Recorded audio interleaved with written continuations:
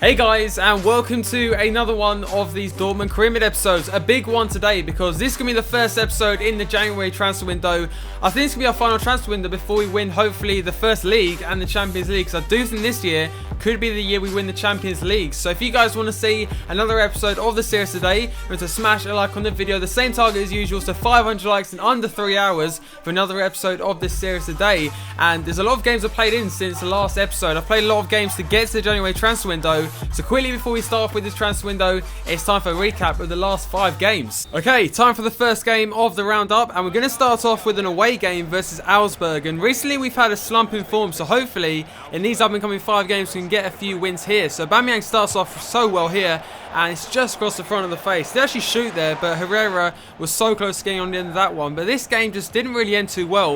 We had so many chances like this one, falling into the man you want in that position, Yaya Toure, but he just couldn't finish it. And we walk away with the first game with a 0-0 draw. Right, game number 2, and we're going to swiftly move on to a home game against Hertha Berlin. So we have now dropped to 4th place, but the good thing is it's so tight at the top of the table that if we get a win and a few teams around us get a loss, we are instantly back into even the top 2. So let's hopefully get a win here and hopefully get back on the winning streak. So we do actually start off well here again. Toure with a great shot, but amazingly saved by the goalkeeper. And we're just missing that spark at the moment. Like, the passing's not good enough, the speed of the passing's not good enough, and we do actually get capitalised on by Hertha Berlin. Their first chance of the game, they score it and they make it 1-0 after 60 minutes. And it's just one of those games where I just could not get the first goal, and Hertha Berlin walk away with a 1-0 win. So not the start we wanted to today's episode, but it's now time for the Deutsche Pokal game versus Werder Bremen. Hopefully in this tournament we can do well this season, because right now in the Bundesliga we're losing a lot of points. So hopefully we can get back on it in this game right here. So Durm finds the middle here to Kagwa. Kagwa actually plays the ball so nicely here, finds a bit of space, and you see Yaya Toure peeling off in so much space now, and he scores it. And finally a goal in today's episode. Yaya Toure, who's been a saviour in so many goals this season. He has scored so many goals and defended so well. But I'm thinking about in January maybe upgrading him. Maybe like this, I think this is the best time to sell him because he wants such a massive wage, and maybe it's the time to get rid of him and get ourselves maybe even James Rodriguez based on how much Yaya Toure is still worth. So that could be coming in the next episode of the series. But here we go guys again. Aubameyang with the same shot across the face, but the goalkeeper saves it. But we just couldn't get that first or that second goal, and you see we nearly give it up here. Herrera with a poor mistake thanks to me, and luckily we do actually get away with it. So there we go, 1-0 win, and finally a win in today's episode. Right, the next game of today's episode, it's now time for a game against Red Bull Leipzig, I think it's pronounced, and they've just recently come up and doing so well. They've got Yusuf Poulsen as their striker. We've skipped all the way to the end of the first half, and we've had 0 shots, 0 on target, and 26% possession. Like, where have we been? We might as well not played in that first half. Their possession game was so good, and we just could not find a way past. We finally did get a chance to have Halovic though, and it's saved so well by the goalkeeper. Halovic has got great dribbling, he's got great agility, but that finishing is just missing right now, and that's why I want to work with him in this next half of the season. So we do actually get another chance here. Formation really works in the second half, and Carvalho's brought down, and the referee does indeed point to the spot, and we now have a massive chance after playing poorly to score the first goal of the game, and Aubameyang does so. And again, we're playing badly, but we're getting the results. And in Career Mode you get these times when you have blips in form, but we are having that form dip and we're still winning games, which is maybe a positive, but of course we're losing a lot of points. But yeah, that's basically the last final games of the 2016 half of the season. Now it's time for the transfer window, and let's try and make some improvements for the second half of the season. Okay, we're now up to date, and it's now time for the first episode in the transfer window. First of all, I want to say a massive thank you for the support you showed on leaving comments in the last episodes about what players to go for in this transfer window, and I'm now in a position now to maybe start 1 or 2 new players to add to the team. But I think the problem I'm having right now is just goals, because we're conceding, I think, the joint least in the league, and Bayern Leverkusen, 9 points ahead of us, top of the table. I've only just realised that. How far we got to make up, because at one point we were only 1 point behind them. We drew to Schalke and we lost to them as well, and that's why we're now 9 points behind them. So we've got a lot of catching up to do in the second half of the season. But the good news is we're not too far behind Bayern Munich. But the main problem is Bayer Leverkusen still unbeaten, and we're now into the second half of the season. The thing that's really concerning me is the players, like Hummels, for example. Yaya Toure, big players in this team. We'll start here with Hummels. He wants a lot of money, my God. Right, we are struggling right here. So I've given Toure, Hummels, I've given Gundogan, Mkhitaryan, and then Sarr as well, and also Bender and Piszczek. But apart from that, I can't probably afford these few guys here, and a few of them are just useless. So those players will go. Probably Schmelz is the biggest loss, but I don't really need him. Of course, I've got Durm as well. So first one, I do need to go over and check the basically the allocation, because we're not going to have enough. So we're going to have to put it down to about maybe 120,000 a week just for these new players or these new contracts.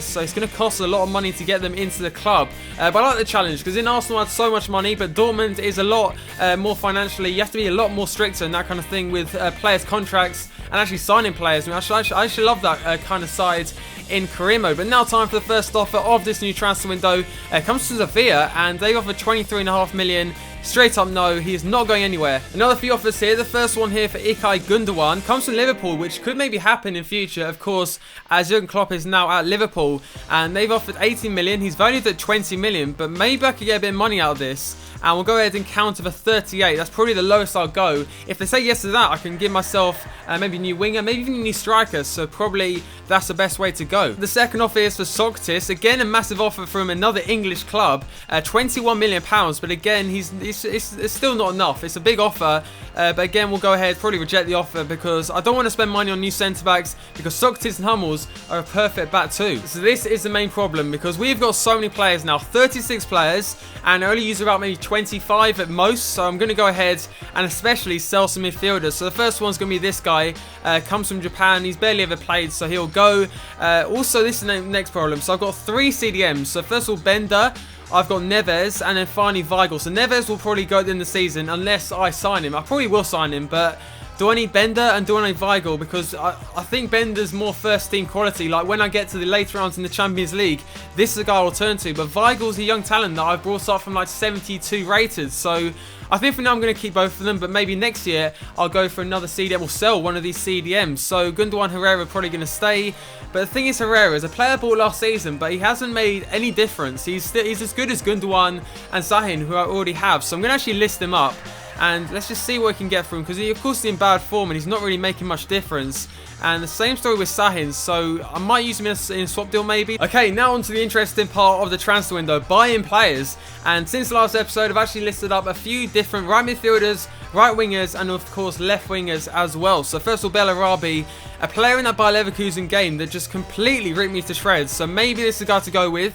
Not the most realistic player, but of course he has Bundesliga experience, so that could be the guy to go for. Got Mahrez as well, of course. You know why, he's had a fantastic start to the season. Julian Brandt as well. I'll probably get more information, then make a decision where to go for him or not, because another Bayer Leverkusen player who's not probably getting much game time because, of course, of Bellarabi. So maybe that's the guy to go for instead of Bellarabi, but I just need to find out how expensive he is and what his rating is right now. So there we go. Willian as well, another Chelsea player. Again, not the most realistic player, but he is so good on this game, so might go for him as well. We've got Herman as well, Patrick Herman, the German, and then we've got also Koke. Koke is the one that I haven't really used before on FIFA at all, and he looks interesting because of course he's not got the most of pace, but he makes up for that in the stats of long passing, short passing, shot power. This could be maybe an upgrade on Herrera, so that could be the guy to go with, and that's one I'm probably most interested in. And of course we've got Goetze, James Rodriguez as well, Bojan, who could be interesting. But then we go on to the right wingers now. We've got Berardi, and also, is that it? We've got also Oshawari, Conor Pianka, and I think that's about it. So basically, we've got a lot of different wingers to go for. I want you guys down below in the comments of this video right here to leave comments with what ones to go for, because I've got around 20 million to spend plus a few players to sell as well.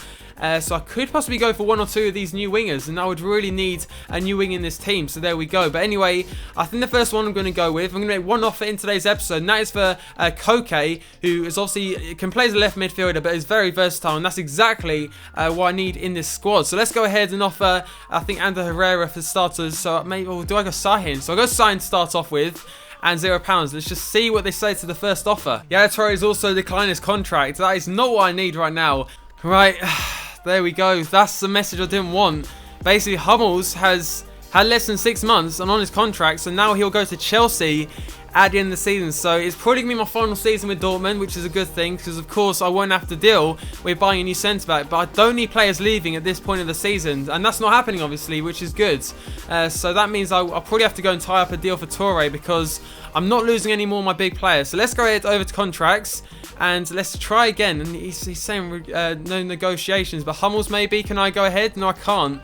And even Gundogan, like, this is a crisis right here. 3 of my main players leaving the club. For the offer for Koke, they come back and said no, and also not interested in the player, which I found surprising. But again, we'll go ahead with a different player this time, and that's going to be Ander Herrera, so worth a bit more, and we'll go ahead and add on maybe £3 million, and that'll be a bargain if they accept the offer. And again, Atletico Madrid have come back and said no to the offer. Again, I don't understand, because I think they would want a player like Ander Herrera or even Sahin. So one final offer. I just want to see if we've got any other players I could use in the swap deal. Maybe it's because Koke is actually a left midfielder, so maybe Mkhitaryan could be the player.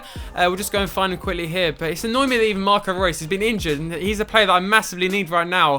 With all these players leaving, hopefully, maybe in the summer. So, like, I need my players. I don't need injuries at this stage of the season. But let's go and find Mkhitaryan. I've gone past him, haven't I? But he'll be probably the final player I go with. So we'll go ahead with £0 plus Mkhitaryan. And let's see if they accept this one. But this is a final offer for Koke. And hopefully in this training, we can get Weigl up now to 81. And he's just not growing. So he's grown 1 so far this season. Neves and Halovic have grown both, I think, 3 this season. So they're outshining Weigl, who did so well last season. But you can see Neves nearly 84. And the same with Halovic, which is so incredible. Neves is still 19 years old as well. Just blows my mind. First of all, Leno said he wants to leave Bayer Leverkusen. So even though I don't need a goalkeeper, he would be a great guy to go for. But of course, as I said, I don't need a goalkeeper, so that would, as I said before, he'll be so good. But I've got 2 able goalkeepers right now. But basically, the main thing I want to talk about to finish today's episode is I've made an offer to all, I think, 7 of these players or 6 of these players, basically of £0 plus Mkhitaryan. And bear in mind that Mkhitaryan is worth £16 million. So first of all, made an offer for Willian, and they straight up rejected the offer. Second of all, Bayer Leverkusen rejected the offer for Bellarabi. I don't really blame them because they're top of the table, 9 points clear of us. So again, I don't really see why they wouldn't. So next one is a bit of good news again, as another transfer offer here for Nuri Sahin, and they've offered £11.5 million. So let's go ahead and maybe counter for £17.5 million, actually 18. So we'll go ahead with 18. Every million counts, and let's just see if they go ahead and accept the offer. So I've also got some more offers here, and Berkey is so popular. Like, yes, he's in good form, but there's so many better goalkeepers.